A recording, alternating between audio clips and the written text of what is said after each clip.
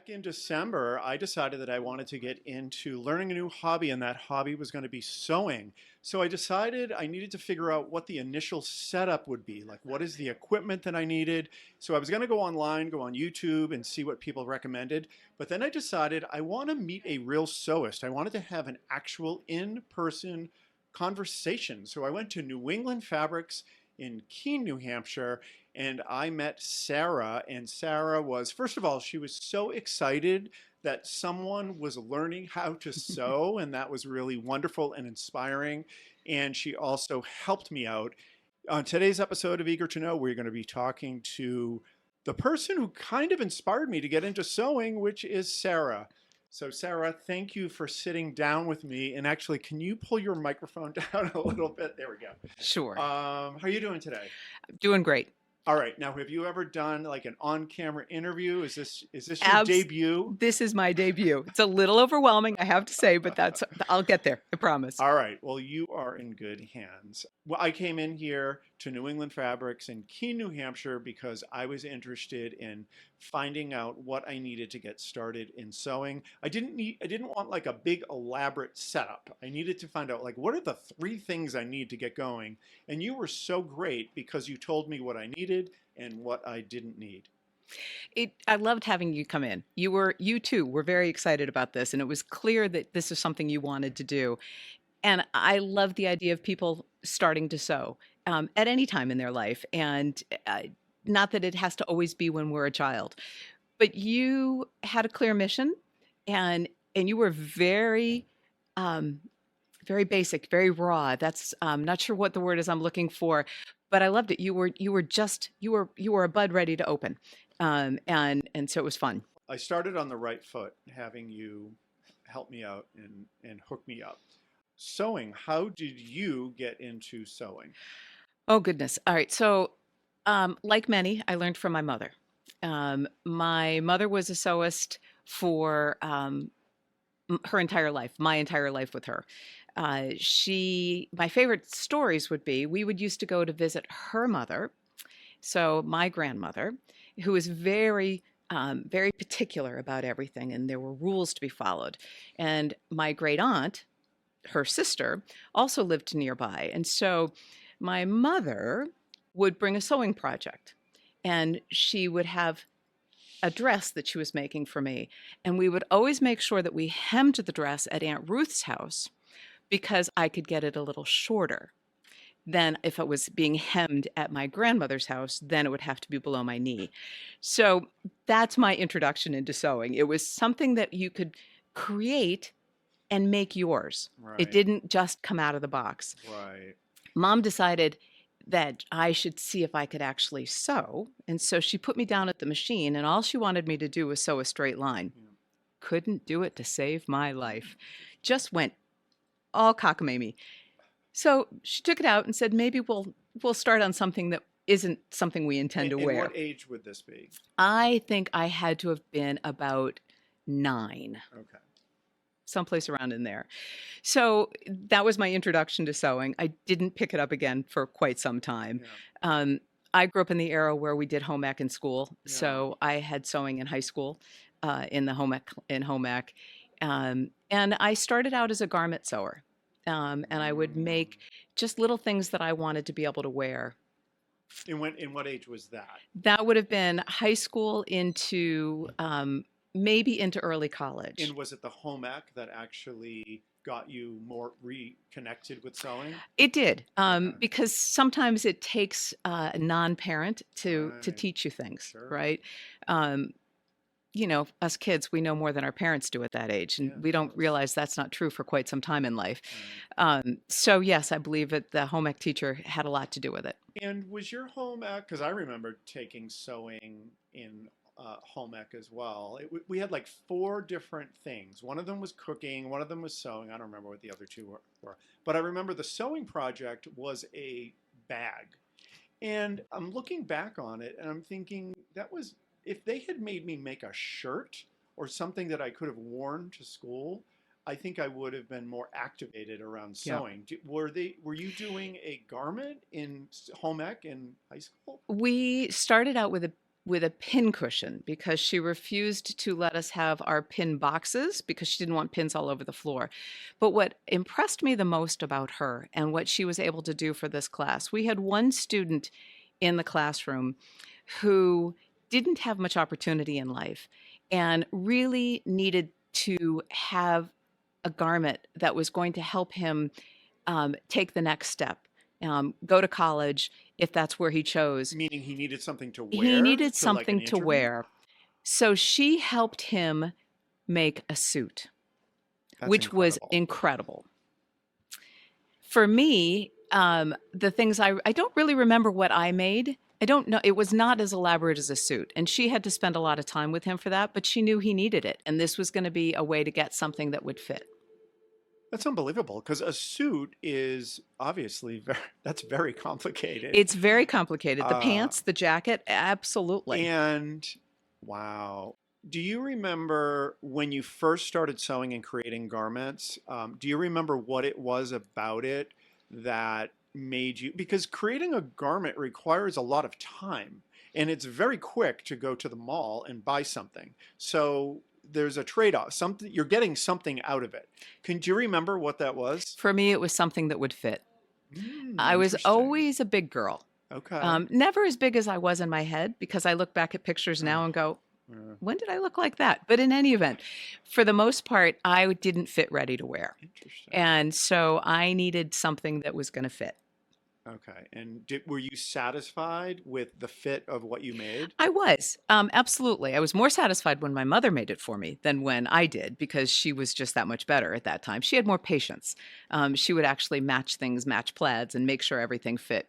Um, but so I stopped after a while, partly because I could start fitting into ready Right. to wear, um, and and my journey evolved into quilting at that point. I feel like as I get in, I've been into sewing for 7 months now, and what I'm learning is most people that start making garments, everyone ends up quilting. And I'm back to garments. Like this little top is one I wear sleeveless tops all summer, and so I Right. make a lot of them, and I can do it really quickly now. All But right. I started quilting as a way to connect with my sister. Yep. Interesting. So my mom passed away when she was very young.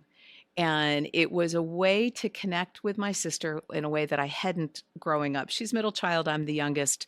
There's all that, classic dynamic going on. Um, but she taught me to quilt.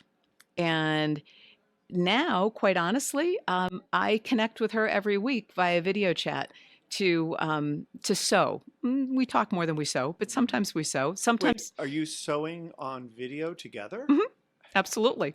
That's So fantastic. we just do it through one of the Zoom, Google Meets, whichever program it is we have. And every Thursday, and my sister-in-law connects with us as well. So the three of us have a little sewing bee.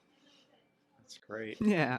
So it's interesting. You mentioned the connection between family and sewing a couple times. Can you tell me more about that? About them because what I'm hearing is that sewing probably has a meaning that's more than just making a great garment that fits. There's It something is. more to that. Can you tell me about that? To me, sewing's about community. It's why I love working at New England Fabric. I get to meet with all of these people like you who are starting out or either doing a project or starting out. I get to be a part of it. I get to be excited about somebody else's project. It's community, it's family. It's a way to be together while you're doing things that are solo, right? When I sew at a sewing machine, it's just me at the sewing machine, but I'm doing it in communion or community with others because people see me buy this fabric and then they see me wear this shirt, Mhm. or I I get to work with helping customers pick fabric for quilts that they're making. And then they come back in and they show us the quilts. It's so much fun. It's all a way to connect with people. Yeah. Yeah, that's one thing that was a bit of, there were many surprises when I started sewing, but one of them is that, well, first of all, there are a lot more people that are sewing and making garments than I had any idea. I was just so shocked that Hmm. all of these people that I knew in my life already are actually people that make clothing or used to and still do when they have time. Yep. The other thing is that people are so interested in discussing either what they're working on or what I come in here and I show you like I made this. Every time I come in here to buy something, you guys are like, all right, what did you make? Well, you're always wearing I something that you always make made, which sure is that, fabulous. so I always make sure that I'm wearing something that I made that you had that offered guidance on when Yep. I come in and kind of give you an update. Um, but yeah, but that's really cool that people are super um, social. There's a huge social element to it. Well, and when I think of quilting, right, the quintessential quilting bee, where everyone got together to help do the actual quilting part of the quilt, and often by hand, where all typically women are sitting around completing a project for somebody else in community with them, kind of like an Amish quilting bee, and that to me says a lot about what it is because we do things for others that way, and if I can be excited about your project and that can help give you some momentum to get your project going, well, isn't I get something out of it? Hopefully, you get something out of it. And this project gets made. And so instead of maybe buying a quilt or buying a shirt um, that you may or may not keep for very length of time, it to me it's also an ecological thing because I'm not putting fabric and used things into the landfill. I'm not throwing away a t-shirt that I didn't really want anymore or a shirt because I just keep these. I wear them forever. Yeah. So I was certainly not the best person in terms of making sure that I don't get stains on clothes. Now that I make stuff, I am so careful about, well, first of all, I don't want to wash anything because I don't want to, whatever damage happens from washing things. So I'm just really, really careful about it. But it definitely I'm going to hold on to the things that I make. I'm going to keep those forever Yep. because I'm so attached to them. You're intimately involved Well, with it's part every and aspect. it's part of your legacy. It's part of your Yeah. evolution, All and right. it'll be I don't have the first thing I made. I don't even remember All what it is right. at this point. It's been a All few right. years. But I do look back and go, "Oh, that's right. Okay." And I can see I used to make all my husband's shirts. He would wear the wildest camp shirts, Hawaiian shirts, whatever you want to call them. Um, and and I have them all. And I would see how the evolution would go on what his mood was at the time, and that's part of it too because I can make something that I knew he would like, um, and and I knew I hit the mark when he'd wear it all the time, and if he didn't wear it, I'm like, okay, what was wrong with that one? Okay. So we learned. There are many people that are looking to get a new hobby, and sewing is one that takes a lot of time. What would you say to someone to convince them that sewing is the hobby that they should get over bowling or over bread baking? Oh, oh my goodness. Okay, well, I will say that I think it's important that everyone have a hobby, Yeah, and whatever brings you joy is worthwhile. And if that's bowling or bread making, then so be it. Um, Sewing is what brings me joy. yeah, It's the creative aspect of it. For me, um, I get enough gratification as I go. It's not instant, but I can see progress. Um, I get challenged, and I have to stop back. I'm fond of telling people if you're reading a pattern and you get to a point where you don't understand, just go one sentence at a time. hmm, Just do what they say for that one sentence, and then all of a sudden the picture comes together, and yeah, I felt so good about the fact that I'm like, oh, well, that's what they meant. Now I yeah, get it. And I could take in my notes if I was going to make that pattern again. Sewing to me is it's cheerful. You can pick fabrics for whatever mood you're in, whatever room you want to be doing something for, whatever you can be so many different people and do so many different things with sewing, and your creative side can come out, and that's what I think is one of the great things about sewing and why it's a hobby that that I would definitely propose. One of the things that I like about it is you are getting a result constantly. So any action that you do, you are getting, the project is moving forward, Hmm. whether you're pressing, whether you're pinning, whether you're sewing, or whether you're cutting. Any action, everything is moving forward. It's not like practicing piano where you're basically like doing the same thing over and over and Yeah. trying to reinforce. The other thing that I like about it is a nice blend of creativity and technical. There is Mm. a huge technical component to this Yeah. that I did not expect. It reminds me more of when I was a kid and I would get a model airplane Hmm. and assembling a model airplane, which isn't really a creative task. That is more of like a technical, following instructions. So that appeals to me personally. And then obviously there is the creative element because once I have created a pattern and I have the first instance of the garment, God forbid I go into a fabric store because now a fabric store looks completely different because all you're seeing is potential projects now that you know all Yep. these things that Yeah. you can make. The other thing that I think is really important in 2026 for a hobby is that sewing isn't multitasking. You are only doing one thing at a time for the most part. You are pretty much doing one task. And I have a mechanical sewing machine. I don't have a computerized sewing machine. So I'm not even using anything mechanical. All of the activities and tasks that I am Hmm. doing are basically the exact same things that somebody would be doing 100 years ago. Yep.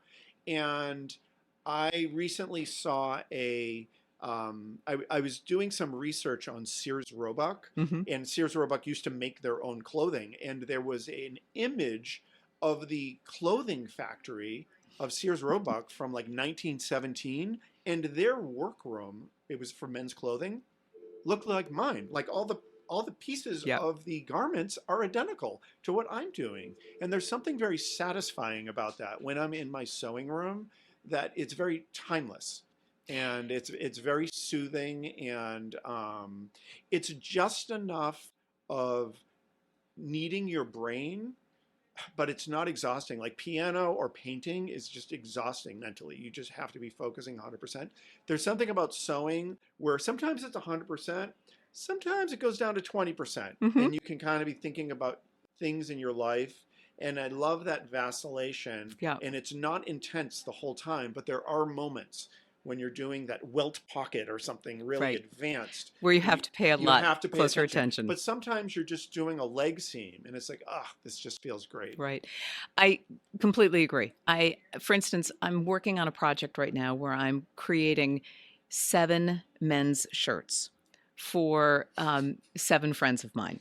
So The husbands great. of 7 friends. Well, And are they're they friends of dress mine too. shirts? Dress shirts. Ah, so great. And so I'm having fun with them. I'm letting them all be buttoned up, but I'm putting a little something under the collars and a little something here. So if they want to have a little personality, they can. Mm, The cuff is different love color that. on the underside. But what I have found is because I'm making 5 of them are complete at this point. I have 2 more to go. Because I've done 5 now, I start to think that I know what I'm doing, Mm, right? And so I will listen to books on tape while I'm mm, sewing. And I find that if I'm doing a project that is rote, kind of like you were talking about the seam of a leg seam, then I can listen to the book. right. But then I get to a point where I'm like, oh, I have to do the cuff on the sleeve and that opening part, which right now I'm forgetting what it's called.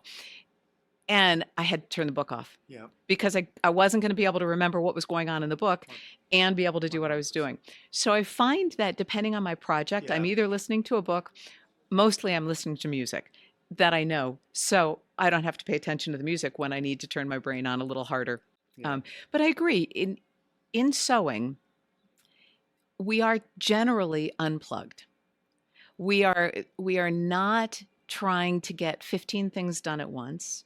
We are not doing things in 15-second snippets or 7-second snippets that our world seems to want us to do. We are timeless. I like the way you said that, because while my machine has a few more bells and whistles than my mother's, it's the exact same process, and I'm using virtually the same stitches that she would have used. Um, and I feel her when I'm sewing a lot. She's present with me, and that just makes me feel real good. And so I'm doing 100% garments and I'm doing 100% by pattern.